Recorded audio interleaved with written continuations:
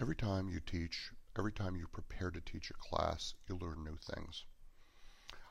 One of the things that I've been learning the most about in preparing this class is the impact of the war on the arts. Yes, I have long understood the impact of the war on the visual arts.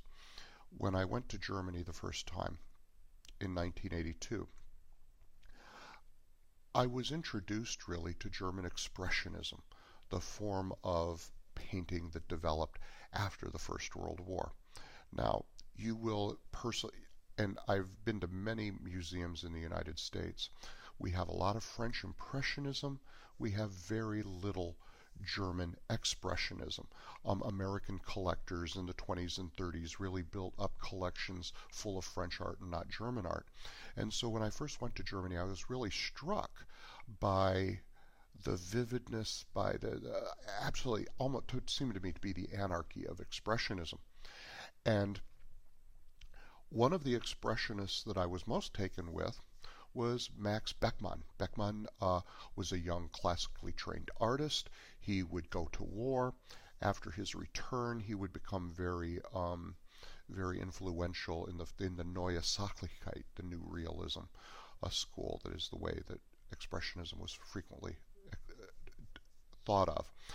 And I was looking at all these Beckmann, and then I happened to be at the Städel, the big museum in Frankfurt, and there was a Beckmann picture done before the war. It was, holy shit, this guy could actually paint. I mean, he wasn't a Picasso. He could paint. I'm sorry, but I think Picasso's an overrated piece of shit. And I was really struck by his classical training. And then there was a picture of him, a self-bildnis, a self-portrait of him in a military uniform that was already starting to lose that realistic. And then there it was. I was also very impressed by the paintings of Otto Dix. Less so by George Grosz, but by Otto Dix. And you can follow those along, and you can see this man just, the war just made him crazy. So my timer. So I've been aware of that in painting. I've been less aware of it, and very much in a German context. I've been less aware of it in the British. This means I wasn't schooled in British schools, obviously. I don't know about the war poets. And I've been learning a lot about the British war poets. If you look, as in this assignment I asked you to do, the Oxford University War Poets Digital Archives. I mean, that's all brand new to me. Not only on the British side, but also what was being written in France. Henri Barbusse has been a bit of an experience for me. And you can find his book, The Fire, on the Open Access Library. So these are people that I think are really interesting. The literary dynamic of it all. And what I've done with this module is to make it not a 1 week but a 2 week module, because there is so much, it encompasses so much.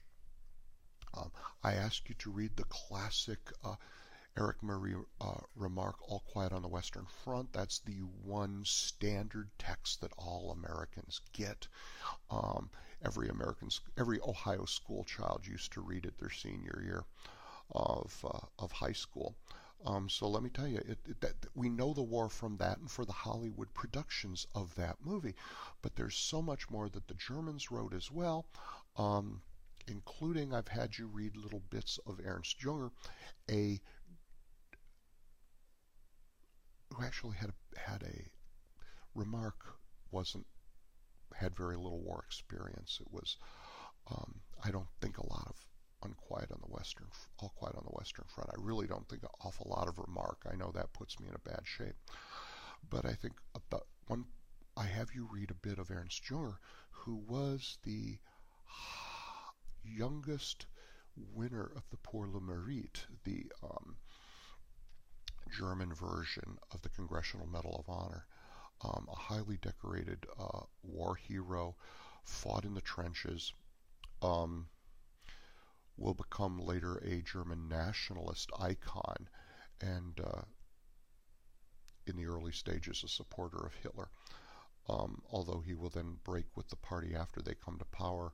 Junger will live to be, I believe it's 102. He has a whole, and he will spend his whole life rewriting his great work in Storm of Steel, so that we have from 1919 on through 1980 various versions of Storm of Steel. Okay, thank you.